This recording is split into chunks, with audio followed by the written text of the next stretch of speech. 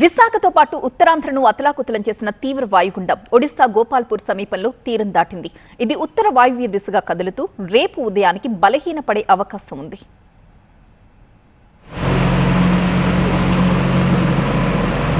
ఒడిశాలోని గోపాల్పూర్ సమీపంలో తీవ్ర వాయుగుండం తీరం దాటింది. దక్షిణ ఒడిశా తీర ప్రాంతంలో గంటకు 55 నుంచి 65 కిలోమీటర్ల వేగంతో ఈదురుగాలులు వీస్తున్నాయి. అంతకుముందు భారీ వర్షాలు, ఈదురుగాలులతో విశాఖ నగరం ఉక్కిరిబిక్కిరైంది. నగరంలోని Chinawaltair, east point colony, GVMC office, Seethampeta రోడ్లో ఈదురుగాలుల బీభత్సానికి భారీ వృక్షాలు కూలాయి.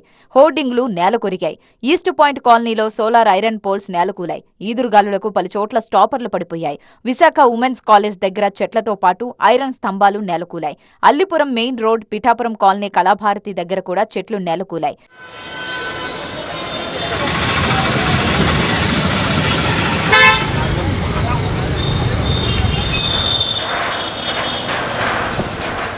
విశాఖ జీవీఎంసీ ఆఫీస్ దగ్గర కారుపై భారీ వృక్షం పడింది.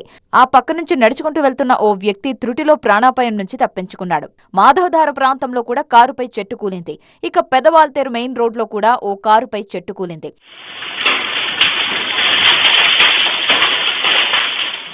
అల్లూరి ఘాట్ రోడ్లో భారీ వర్షానికి చెట్లు కూలడంతో అనంతగిరి సమీపంలో కిలోమీటర్ల మేర వాహనాలు నిలిచిపోయాయి.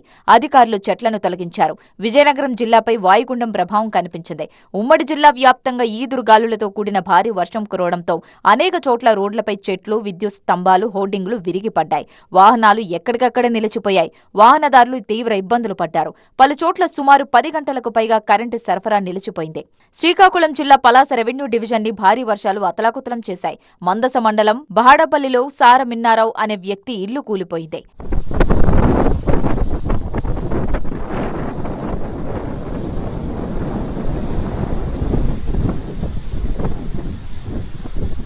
మరోవైపు పలాస శివార్లోని 16వ నెంబర్ జాతీయ రహదారి పక్కన ఉన్న ఎమ్మెల్యే గౌతు శిరీష నివాసం జలదిగ్బంధంలో చిక్కుకుంది. నేషనల్ హైవేపై నుంచి ఎమ్మెల్యే ఇంటి దాకా నడుములోతు నీరు చేరింది.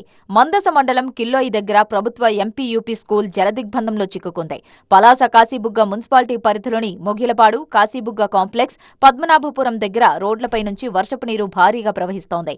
ఈదురుగాలులకు సిగాడం మండలం సంతవురుటి ప్రధాన రహదారిపై భారీ వృక్షం నేలకొరిగింది. దీంతో రాజం, పొందూరు మధ్య రాకపోకలు నిలిచిపోయాయి. ఉత్తరాంధ్రలో భారీ వర్షాలపై సీఎం చంద్రబాబు సమీక్ష నిర్వహించారు. అప్రమత్తంగా ఉండాలని జిల్లా కలెక్టర్లను ఆదేశించారు.